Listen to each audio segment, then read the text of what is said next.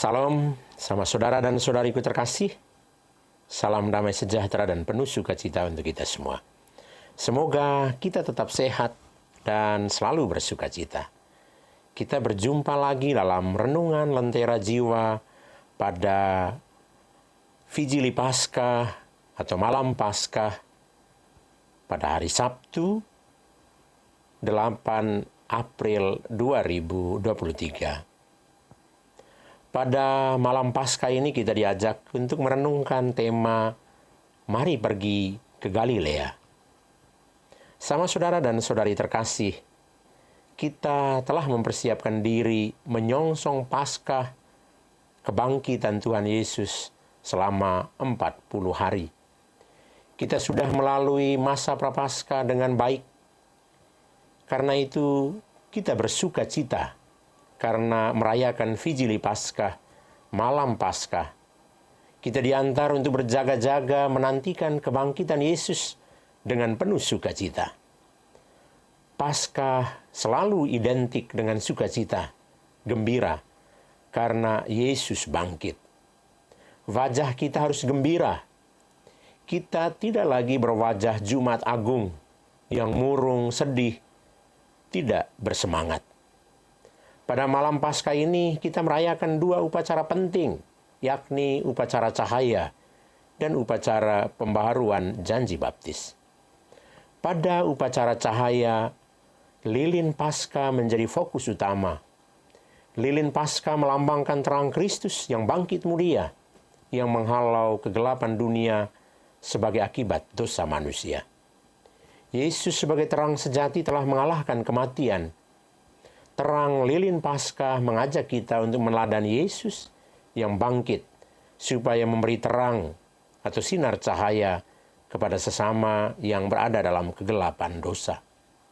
Dengan itu, orang atau sesama akan mengalami dan merasakan terang dalam hidupnya. Sedangkan pada upacara pembaruan janji baptis, kita mau membarui kembali janji dan komitmen kita untuk menjadi murid Yesus yang setia. Kita mau berjanji untuk setia menjadi murid Yesus, percaya kepada Allah, menyangkal setan dan segala perbuatannya. Kita perlu memperbaharui janji baptis, karena kita mungkin pernah menjadi murid Yesus yang gagal karena tidak setia, berkhianat, atau menyangkal Yesus seperti yang dilakukan Yudas Iskariot dan Petrus. Kita berjanji untuk menjadi murid Yesus yang setia. Karena itu, janji kita ini disertai dengan komitmen yang teguh untuk bangkit bersama Kristus. Kita mau menjadi manusia Paskah yang lahir secara baru dalam roh dan kebenaran. Yesus tidak pernah merasa kecewa dengan kegagalan para muridnya. Yesus minta agar para murid belajar dari kegagalan yang telah terjadi. Karena itu, ketika Yesus bertemu dengan beberapa wanita setelah ia bangkit, ia berkata kepada mereka, "Janganlah kamu takut. Pergi dan katakanlah kepada saudara-saudaraku, supaya mereka pergi ke Galilea, dan di sanalah mereka akan melihat aku." Sebagaimana yang kita dengar atau kita baca dalam Injil Matius bab 28 ayat 1 sampai 10. Para murid harus pergi ke Galilea, sebab Galilea menjadi tempat Yesus memulai pewartaannya. Di Galilea Yesus diterima para murid dan orang banyak dengan polos, dengan hati yang bersih dan hati yang jujur. Di Galilea para murid telah berhasil sebagai murid Yesus. Karena itu Yesus minta mereka ke Galilea untuk merefleksikan kembali panggilan mereka dan memurnikan kembali motivasi mereka mengikuti Yesus. Saudara dan saudariku terkasih, Yesus meminta para murid ke Galilea supaya di sana mereka bisa melihat Dia, dengan maksud supaya para murid melakukan retrospeksi diri, introspeksi diri, serta melakukan proyeksi diri. Hal ini penting Sebab kalau tidak merefleksikan kembali panggilan mereka,